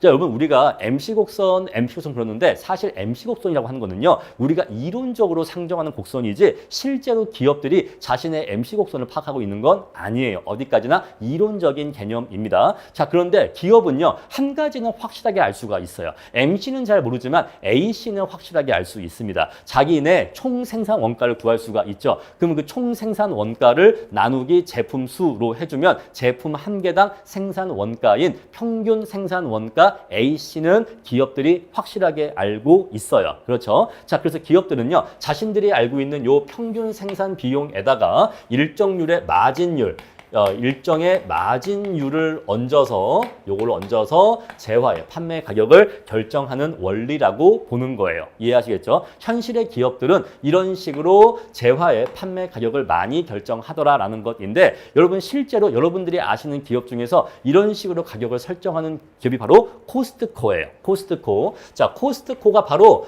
지금 제가 알기로는 요 기업의 이름 자체가 바로 이 풀코스트 원리, 이 마크업 프라이싱 모형을 기업의 이름에 집어넣은 걸로 알고 있습니다. 코스트, 비용에다가 더한다는 얘기죠. 자, 뭘 더하냐면요. 자, 코스트코는요, 이런 식으로 제품을 판대요. 자기네가 제품을 사오는 원가가 있잖아요. 만약에 원가를 어떤 거를 100원에 사왔어. 그런데 자기네가 책정한 마진율이 5%야 라고 한다면 여기다가 자기네 마진율 5%를 더한대요. 5%를 더하면 이게 1.05가 되겠죠. 그러면 그 제품을 105원에 파는 거예요. 이해하시겠습니까? 그러니까 코스트코는 가격을 어떻게 책정하냐면 소비자들이 얼마까지 낼 수 있을까를 눈치 보고서 소비자들이 낼 수 있는 금액으로 정하는 게 아니라 그냥 우리가 사오는 금액에, 우리가 매입하는 원가에 우리가 희망하는 마진율을 얹어서 그냥 그 가격에 판다는 거죠. 그러니까 그만큼 싸게 판다 이 얘기입니다. 보통 우리가 기업이 제품의 가격을 결정할 때는 소비자들이 낼 수 있는 최대 의향이 있는 금액까지 받아내고 싶어 하거든요. 그런데 코스트코는 그렇게 하지 않고 그냥 자기네가 사오는 원가에다가 자기네가 목표하는 이윤율, 마진율을 얹어서 그냥 그것으로서 판매 가격을 결정한다 이 얘기예요. 바로 그게 코스트코의 가격 설정 원리인데 바로 이게 이거예요. 바로 이게 마크업 가격 설정 모형입니다. 아시겠죠? 그래서 제가 알기로는 이 코스트코의 이름도 이러한 가격 설정 원리를 반영해서 회사의 이름을 지은 걸로 알고는 있어요. 아시겠죠? 자, 그래서 우리 이러한 방식으로 제품의 가격을 설정하는 경우에는 이러한 경우에 이제 정부가 조세를 부과했다고 해보죠. 단위당 T1에 조세를 부과했다라고 해볼게요. 자, 그러면 조세 부담이 생기면 평균 생산 원가가 올라가겠습니까? 네, 올라갑니다. 자, 올라가요. 자, 그러면 조세 부과 전에 평균 생산 비용이 A씨였다면 이제 너 제품 만들 때 한 개당 10원씩의 조세를 내 라고 한다고 해볼게요. 원래 그 전에 평균 생산 원가가 100이었고, 자, 우리 이윤율이 5%였다라고 해볼게요. 자, 그래서 우리가 105에 제품을 팔고 있었는데, 이제 단위당 10원의 조세를 내라고 한다면, 물건 한 개 만들 때마다 10원씩의 조세를 내야 되거든요. 그러면 이러한 조세 부담까지 고려하면, 우리 이제 평균 비용은 조세 부과 후 평균 생산 비용은 이렇게 인식할 수가 있을 거예요. 이렇게 인식할 수가 있을 겁니다. 자, 그러면 제가 얘는 100이라고 했고 얘는 지금 10이라고 했으니까 얘는 110이 되겠죠. 그리고 얘는 1.05가 되겠죠. 그러면 얘가 얼마가 되겠습니까? 이게 헷갈리니까 그냥 얘를 10이라고 할게요. 얘를 10%라고 하면 110이 되겠죠. 자, 그럼 얘를 10%라고 하면 이게 아마 한 121 정도 될 거예요. 그러면 이 121과 이 110을 비교하면 자, 종전에 110에다가 자, 종전에 가격 110에다가 가격이 11만큼이 더 올라간 것을 알 수가 있어요. 자, 부과된 조세액은 얼마예요? 10원이야. 부과된 조세액은 10원인데 재화의 가격은 10원보다 더 많이 상승했죠? 이해하셨습니까? 왜 그럴까요? 왜 부과된 조세액보다 재화의 가격은 더 많이 상승할까요? 왜냐하면 자, 우리 요거는요 이렇게 이해할 수가 있어요. T 곱하기 1 플러스 M으로 이해할 수가 있습니다. 자, 부과된 조세액은 10원인데 여기에 1.1이 붙으니까 11원만큼 올라가게 되는 거죠. 그래서 요 부과된 조세액에도 1 플러스 M이 붙어져서 그만큼의 가격이 상승하기 때문에 애초에 부과된 조세액보다 재화의 가격이 더 큰 폭으로 올라간다는 걸 알 수가 있어요. 지금 그러한 내용이 이렇게 지금 밑에 나와 있는 겁니다. 자, 따라서 결론만 보면은 만약에 기업이 이러한 원리에 의해서 제품의 판매 가격을 결정하고 있다면 부과된 조세액의 크기보다 재화의 가격은 더 큰 폭으로 상승하기 때문에 소비자한테 100% 이상의 조세 전가가 발생하게 된다는 것을 알 수가 있죠. 그래서 우리 이러한 경우에는 소비자에게 100% 이상의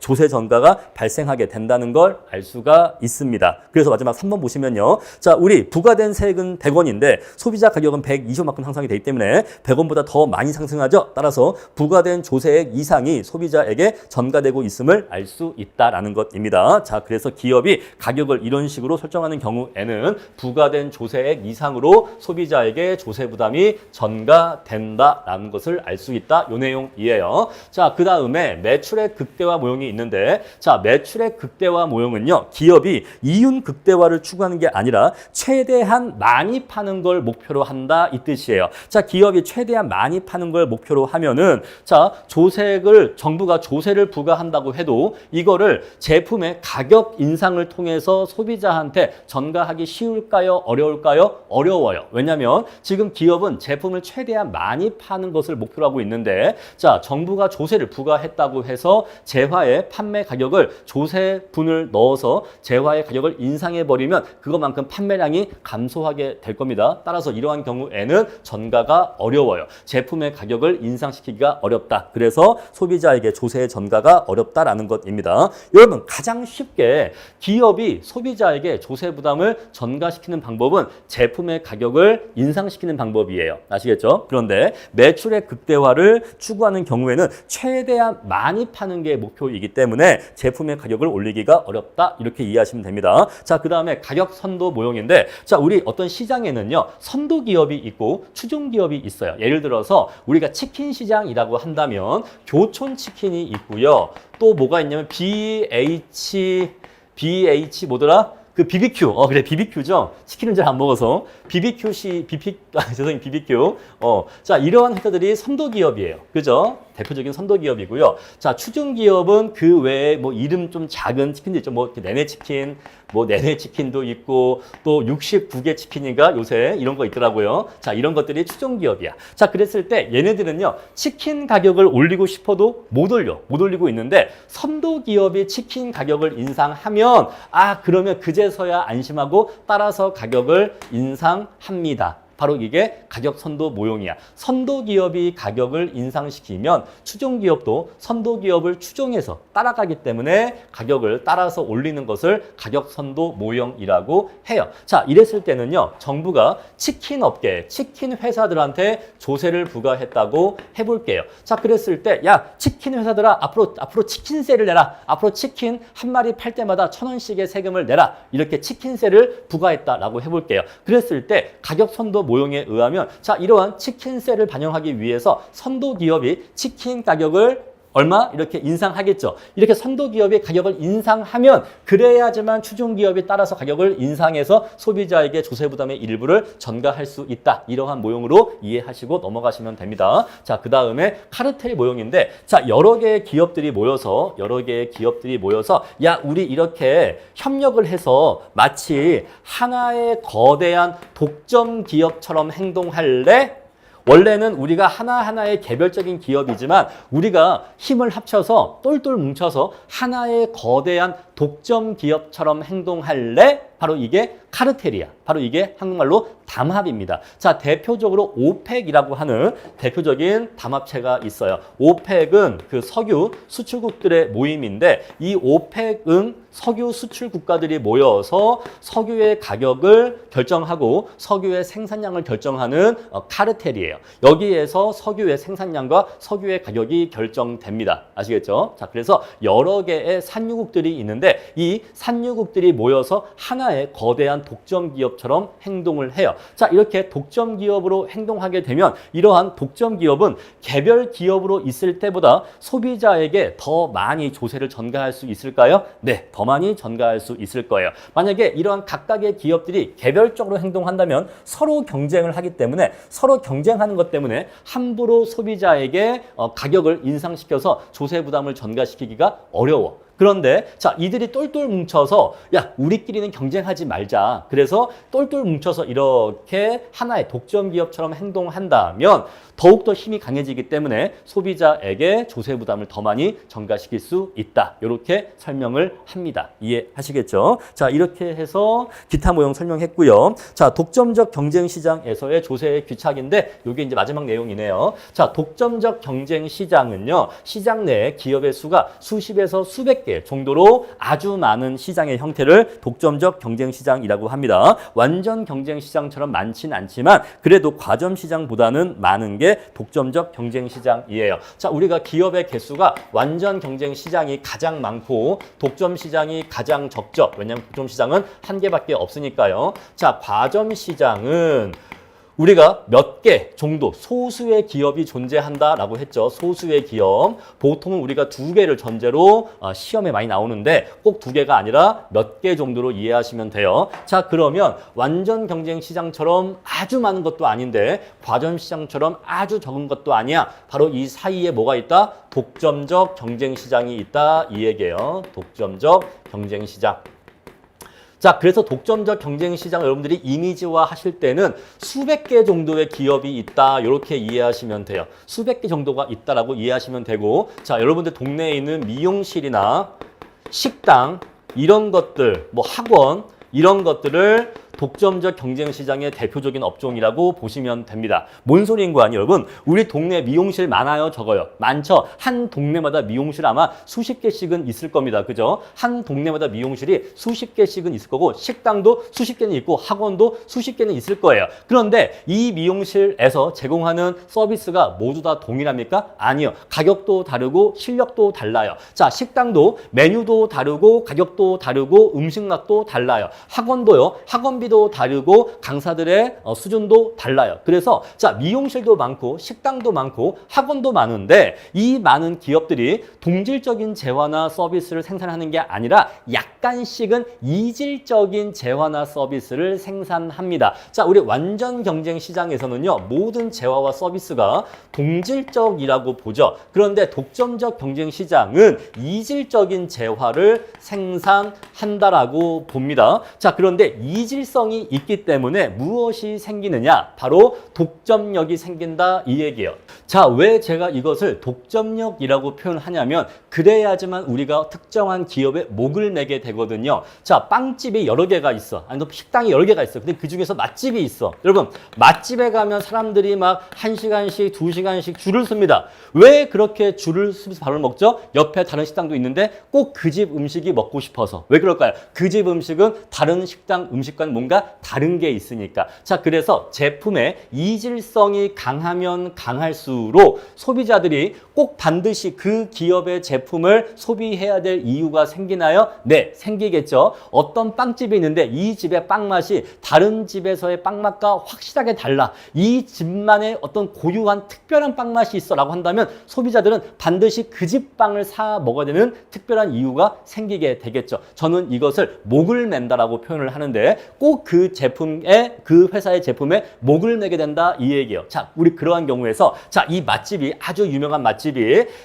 음식의 가격을 인상했어요. 자, 음식의 가격을 인상하면 소비자들이 발길을 많이 싹 끊을까요? 아니면 아주 약간만 감소할까요? 아주 약간만 감소할 겁니다. 음식의 가격을 인상해도 손님은 별로 줄지 않을 거예요. 자, 우리 이러한 상황이라면 음식 가격의 인상을 통해서 조세 부담을 소비자에게 전가하는 게 용이할까요? 어려울까요? 용이해요. 용이합니다. 자, 그래서 여기 보시면 상품 차별화의 정도가 클수록 조세의 전가가 용이하다라고 나와 있는 거예요. 자, 정리할게요. 독점적 경쟁 시장에서는 각각의 기업들이 이질성이 있는 재화와 서비스를 공급하고 있습니다. 자, 이러한 재화와 서비스의 이질성이 높을수록 상품의 차별화가 클수록 같은 말이에요. 차별화, 이질성 같은 말입니다. 그래서 재화와 서비스의 차별성이 높을수록 소비자에게 가격 인상을 통한 조세의 전가가 용이하다. 여러분, 맛집을 떠올리시면 되겠습니다. 자, 그럼 이제 이렇게 해서 부분 균형 분석까지 내용을 살펴봤습니다.